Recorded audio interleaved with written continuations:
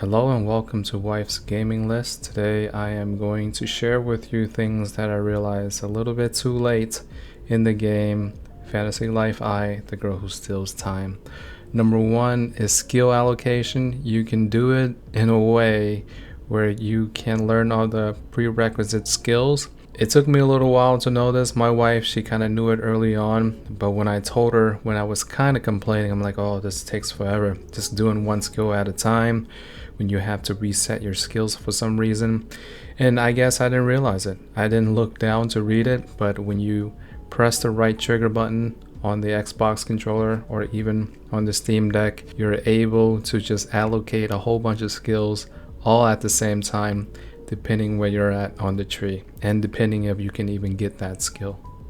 The next thing that I'm going to share with you is something that I found out through one of the forums. If you hop before you open up your map, you can bypass the flying loading screen time of Skelegon flying over and also your character looking up. It takes a little bit before you're able to get to your destination, but if you hop right before you open up the map, it's going to completely bypass that loading time. The next thing that I realized a little bit too late is when you're leveling your combats and you're doing your quests. Let's say you're going into a cave or you're going into places where you gotta beat certain mobs and you have to reset it. You can use a portal to Gianor Moja to reset it and come back to reset the spawn. And on top of that, sometimes certain places in caves you have to find the monsters during the day or during the night, so you can always set up a portal next to a campfire and you can switch it from day to night so you can easily find the mob that you're looking for. Granted that the mob that you're looking for does not have a respawn timer. Did you know that you can rearrange your menus? If you didn't, now you do. This next one should help people that get lost at a time, especially when you have those markers and flags on the map and you forget what color the new flag that you put up. You can actually remove this when you go to your map. There should be a setting there.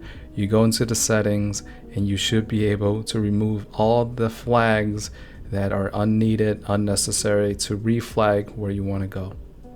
If you're like me and you like to do Grove solo and offline and you're doing it with a party of your buddies, when you are at the teleport activation point, you can actually change up your party members.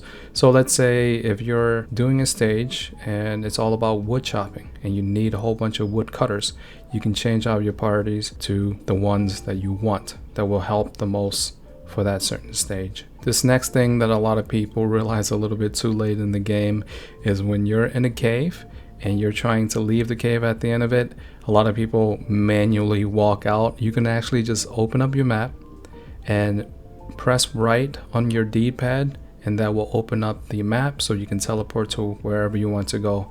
Remember to couple this along with hopping so you can avoid and bypass that loading screen time.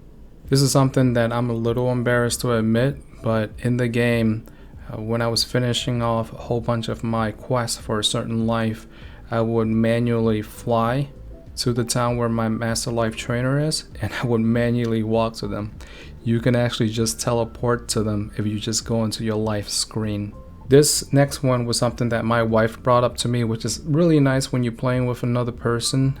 You can kind of just share notes on things that you pick up on the game. There's certain things that they find out that you didn't and vice versa. So with this one is when you are crafting on your crafting screen, you can actually choose the buddies in your crafting screen and equip them on that screen. That was something that I didn't realize at all. Someone had to point that out to me. But what I would say is, I guess learn how to read sometime, right? Sometimes it's so many things in the games that you kind of forget to read stuff.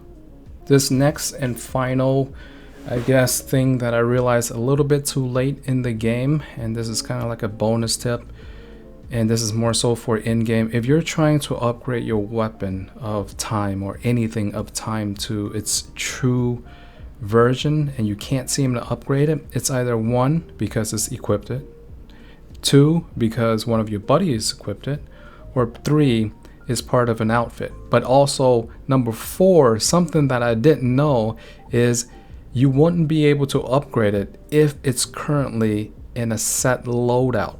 Even though you're not equipping it, or even though it's not part of your transmog or your cosmetic, if it's in a set loadout, you have to remove it from the set loadout before you can upgrade that. Someone pointed that out for me, and thank goodness for them, because I was really livid when I could not upgrade one of my weapons to its truest potential, because I was so excited, but at the same time I'm like, what is this? Is this a bug? Okay, so those are most of the things that I realized far too late in the game. I think some of them are a little bit embarrassing. If you found at least one or two things that may have helped you out, or something that you haven't heard before, please consider leaving a like, leaving a comment. It will help us tremendously. If there was anything that you found out in this game a little bit too late, or something that you realized later on, please consider sharing it with us. Thank you very much for your time and your attention. I hope this helps. Stay cozy and may you find tranquility wherever you are in life.